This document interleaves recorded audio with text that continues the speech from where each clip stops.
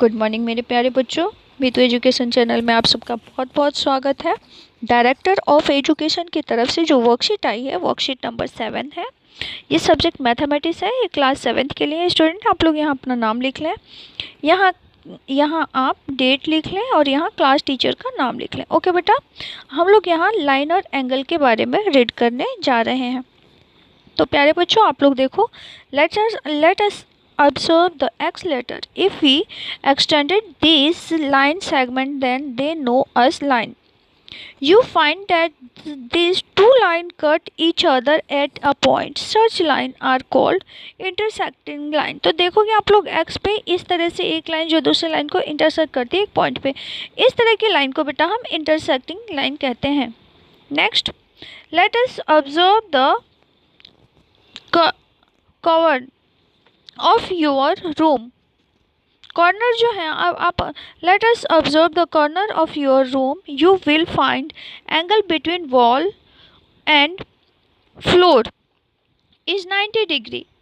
Hence we can say that if the angle between two lines is 90 degree, then they are perpendicular line। ठीक है, तो देखो हमारे जो रूम के जो कॉर्नर्स होते हैं वो इस तरह से एक दूसरे से परपेंडिकुलर पे मिले होते हैं, यानी 90 डिग्री के एंगल बनाते हैं। इस तरह के लाइन को जो है वो हम परपेंडिकुलर कहते हैं। नेक्स्ट देखो बच्चों, do you observe the line of page of your notebook. Measure the distance between these two lines at two different position. What will you find? The distance is sum at every position. Hence we can say this line will never meet each other and such lines are called perpendicular। तो देखो हमारी notebook की लाइनें जो है वो इस तरह से होती हैं, तो ये एक दूसरे से कभी नहीं मिलती। ठीक है, तो इसलिए ये इन लाइनों को जो है वो हम कहते हैं बच्चों, इन्हें हम पैरेलल लाइन कहते हैं। ये रही। ओके, नेक्स्ट देखते हैं, आगे देखते हैं बच्चों। If a line falls on two lines then it cut both the line at different points. Such line is known as transversal line. देखो एक लाइन दूसरी लाइन के पैरेलल है, इस पे एक लाइन जो है वो ट्रांसफर करती है, तो ये ट्रांसवेलट लाइन कहलाती है। Observe intersecting line, parallel line and perpendicular line in your surrounding। आप लोग अपने आजू बाजू जो है वो intersecting, पैरेलल और perpendicular लाइन का कुछ एग्जांपल देना चाहोगे बच्चों? मेरे ख्याल से ये विद्यार्थियों आपको स्वयं करना चाहिए, लेकिन कुछ हिंट के तौर पे मैं आप लोगों को बता दे रही हूँ आप लोगों को कैसे करना है। तो इंटरसेक्टिंग लाइन कुछ इस तरह से होती है बेटा, ये हो गया आपका सीजर। ओके, इस तरह इधर से शार्प होता है, इधर से हम कट करते हैं। दूसरा आ गया बेटा आप लोग का परपेंडिकुलर लाइन। परपेंडिकुलर लाइन के रूप में आप लोग देख सकते हो अपने घर के दरवाजे खिड़की वगैरह, ठीक है, जो 90 डिग्री के एंगल्स बनाते हैं। देन आप अब आगे बेटा पैरेलल लाइन। तो पैरेलल लाइन के लिए आप लोग अपने घर के वॉल्स को दे सकते हो। सामने की जो वॉल्स होती हैं वो एक दूसरे के पैरेलल होती हैं। नेक्स्ट देखते हैं आप।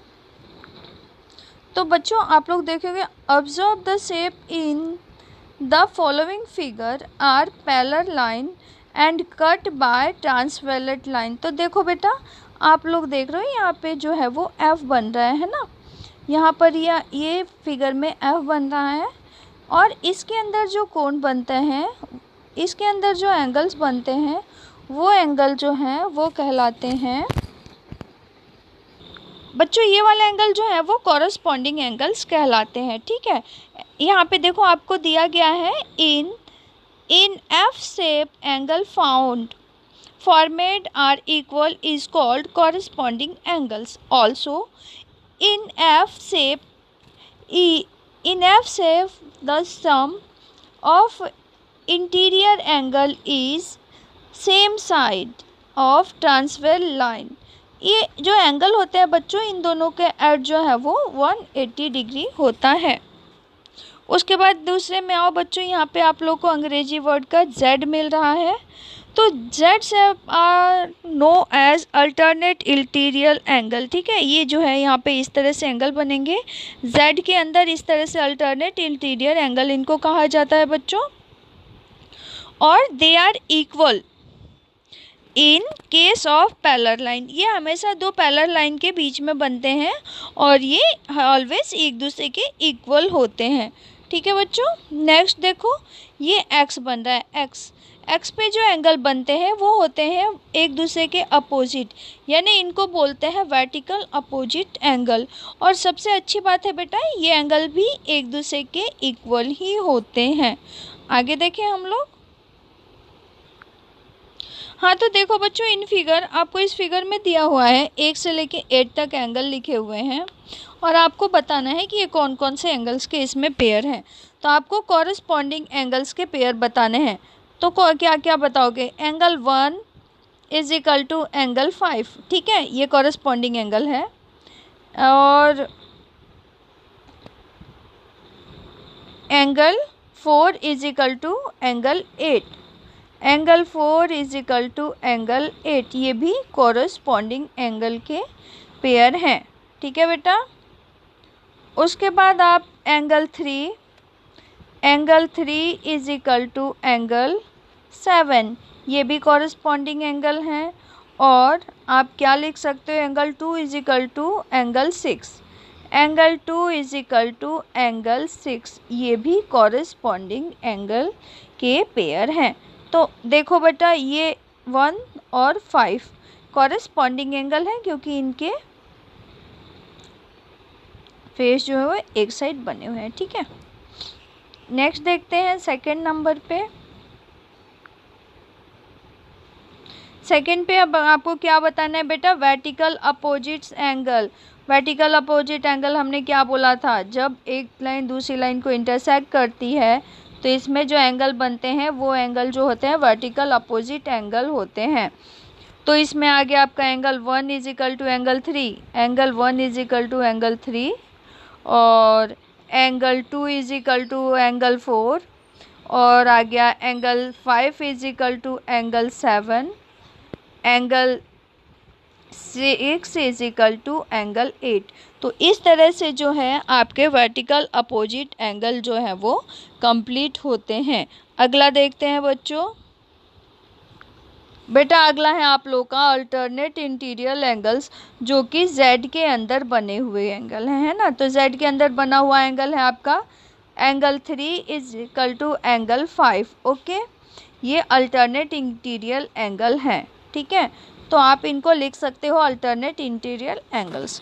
नेक्स्ट देखोगे number 4, the pair of interior angle on the same side of transversal, ठीक है। इंटीरियर एंगल्स देखोगे आप लोग सेम साइड, तो वो एंगल 2 और एंगल 5 होंगे। कौन कौन से होंगे बेटा? तो वो होंगे एंगल 2 और दूसरा होगा आपका एंगल 5 अल्टरनेट इंटीरियर एंगल में, एंगल 3 और एंगल 8 होगा। इसी के साथ आपका फर्स्ट क्वेश्चन जो है वो कंप्लीट होता है। अगर आप लोग को इस तरह से समझ में नहीं आए तो आप लोग मुझे बता देना, मैं और अच्छे से आप लोगों को लिख के बता दूंगी। कमेंट बॉक्स में ज़रूर बताएं बच्चों कि ये वीडियो आपको पसंद आई या नहीं आई।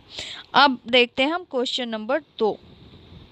हाँ तो प्यारे बच्चों, आप लोग देख लोगे क्वेश्चन नंबर 2 में क्या है। In the figure P and Q parallel है एक दूसरे के अननोन एंगल्स, नेमली आपको A B C D E और एफ एंगल्स के नाम बताने हैं, जिसमें एक एंगल आपको 120 का दिया है। तो प्यारे बच्चों देखो, जब आपका ये एंगल 120 का है तो इसमें जो होगा एंगल बी और एंगल डी भी 125 के होंगे।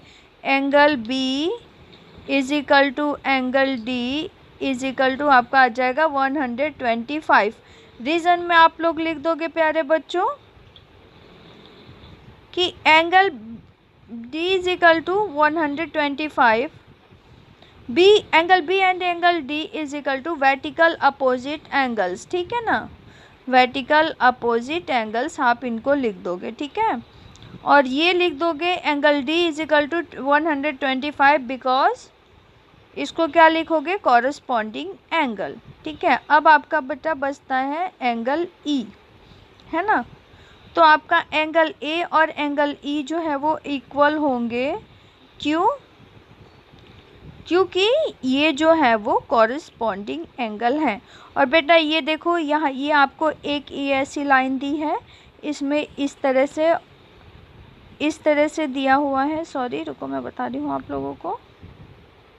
देखो आप लोगों को ये एक लाइन दी हुई है, इस पे इस तरह से इंटरसेक्ट किया है, ये 125 का है।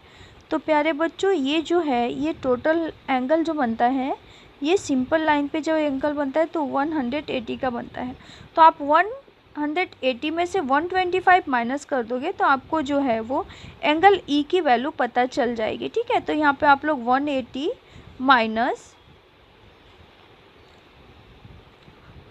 माइनस क्या लिख सकते हो, 125। ठीक है, तो ये आपका आ गया क्या है, 5। 7 में से जब 2 माइनस करोगे तो आ गया आपका 5 यानी 55। तो दूसरा एंगल ई जो है, angle E is equal to angle F is equal to angle A is equal to angle F, sorry C, ये सारे आ जाएंगे आपके 55 डिग्री के। ठीक है बेटा, तो आप लोग क्या लिखोगे, angle E is equal to angle F is equal to 55 degree. क्योंकि ये कौन से है बेटा, ये है vertical opposite angles, two intersecting line के इक्वल है ना।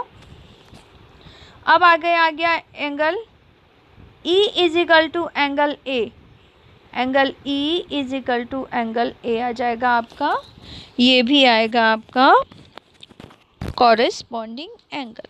ठीक है, तो इस तरह से हमारे सारे एंगल्स की वैल्यू हमें पता चल जाएगी।